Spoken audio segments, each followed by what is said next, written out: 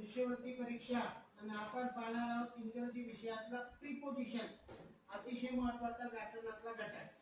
Preposition, pre म्हणजे काय ते आपण पाहू. आता आपण पाहिलं त्याच्या आधी शब्दांच्या जाती, नाम, सर्वनाम, सब्जेक्ट पाहिलं, ऑब्जेक्ट पाहिलं, वर्ब पाहिलं. आज आपण पाहणार आहोत प्रीपोजिशन.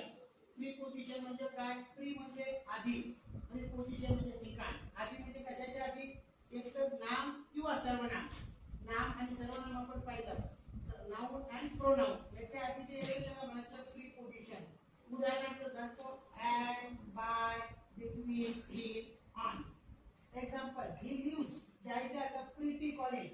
लक्षात घ्या, कुठलंही प्रीपोजिशन दिलेल्या पर्यायात जर प्रीपोजिशन निवडायचं असलं तर साधारणपणे काही काही प्रीपोजिशन फिक्स प्रीपोजिशन असतात, त्याच्यात बदल होत नाही. उदाहरणार्थ अकॉर्डिंग टू, जिथे जिथे अकॉर्डिंग आलं त्याला टूच असलं पाहिजे.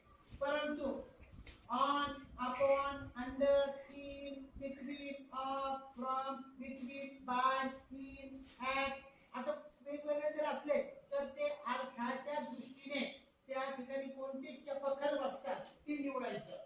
आणि इथे महत्वाची टीप अशी आहे, अर्थ समजून घेतल्याशिवाय प्रीपोजिशन आपल्याला तिथे ठेवणं योग्य होणार नाही.